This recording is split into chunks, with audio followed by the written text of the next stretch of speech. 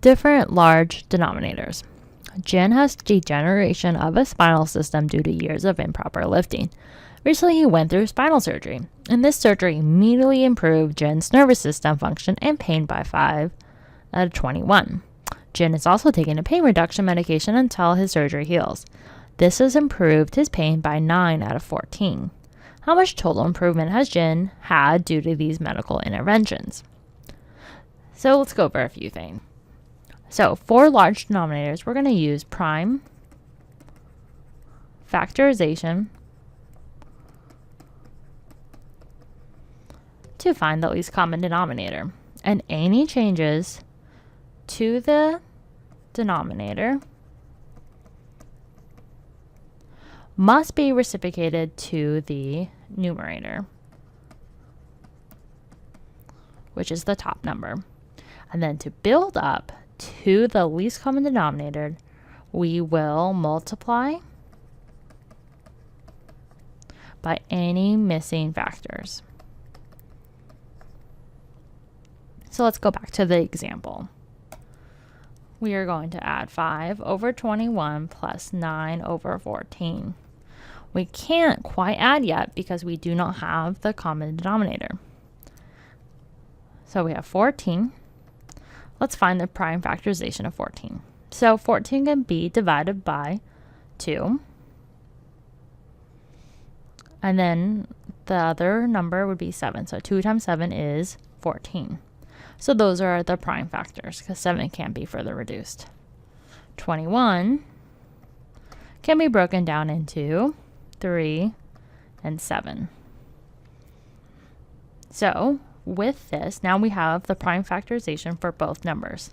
Now we're going to look for the common factors, which is the 7. And then we'll also look for the unique factors between the two. So we have a 2 and a 3. Those are the unique factors. And there's only one of each, so we'll just leave it as is. And then each one has a 7, so we only have to represent it once for the common denominator. So if we multiply 2 times 3, which is 6, times 7 is equal to 42. So this is the least common denominator. So the way we would get to 42 from 21 would be to multiply the 21 by the missing factor. And that missing factor is the 2. So we could essentially, we'll put that like that to get us to our least common denominator. And so how we do that would be to multiply the top and the bottom.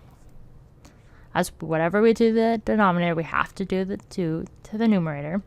So by 2.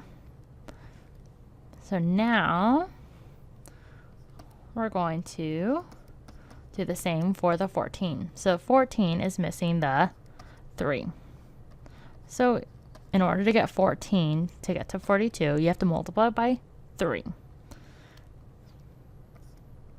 we have 3 here and a 3 here. Now we can go ahead and now multiply. So 5 times 2 is 10. And that 21 times 2 is 42, which is what we found. Now plus 9 times 3, as we're multiplying the top, is 27. And then 14 times 3 is 42.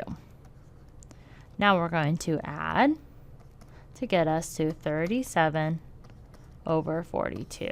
And this is our final answer. So let's look at another example here.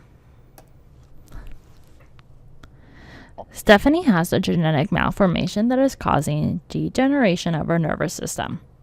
A year ago, she had 17 out of 18 feeling in her arms. However, during this year, she had lost 3 out of 20 of her feeling due to numbness. What is the total feeling that Stephanie has remaining in her arms? So for this problem, we will take the starting number of 17 out of 18. And as she's losing her feeling, we're going to subtract. as 18 and 20 are not the same, we cannot subtract the 2.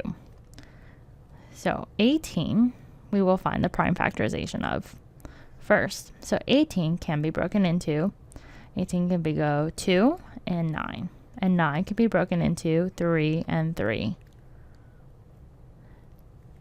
Now, these are the prime factors of 18.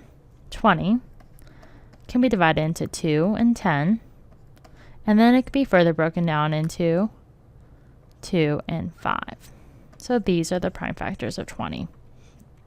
So 18 is 2 times 3 times 3, and 20 is 2 times 2 times 5. And then to find the least common denominator, we take each unique factor and assign it its highest exponent. So we have a 2, a 3, and a 5. So we have a 2, 3, and 5. Now let's assign it the highest exponent. So we have, in the 20, we have 2 2s. So we would put a 2 for the exponent there. Then for 3, we also have 2 3s. So we would also assign an exponent of 2. So now we have our least common denominator of these factors. And this number is equal to 2 times 2 is 4, times 3 is 9, times 5, which then is equal to 180. So now let's go back and apply those missing factors to get to the least common denominator for both the numbers. So 17 out of 18. Now we have 18. So we are missing from the least common denominator, as we can see. We only have 1, 2, and we have no 5. So we would need to multiply by 2 times 5. Now we go minus 3 over 20. Now 20 is missing. It has the 2's and it has both 2's and then 1 5, so it's just missing the 2 3's. So we can multiply like this. And then we can now go ahead and multiply. So 17,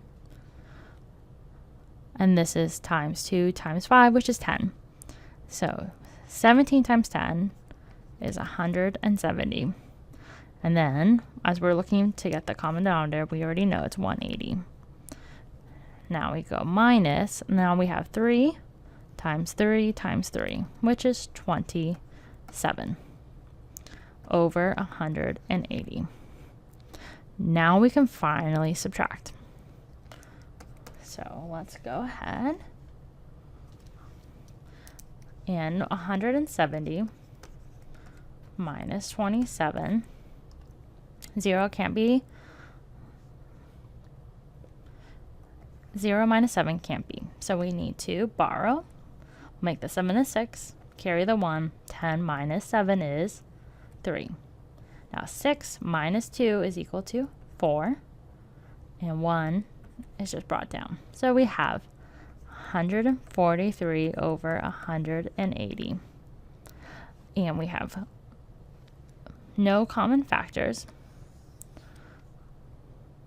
So we can just go ahead and circle it as this is our final answer. So remember, working with fractions with large denominators can be kind of puzzling, but to solve this, we can use prime factorization to find the unique factors or unique numbers, and then we will assign the highest exponent to each of those numbers, and then we will multiply those missing factors to those numbers to get the least common denominator. And remember, whatever changes you do to the bottom number, you must also do the top number. Then after adding or subtracting, remember to reduce the fractions to its lowest value if possible.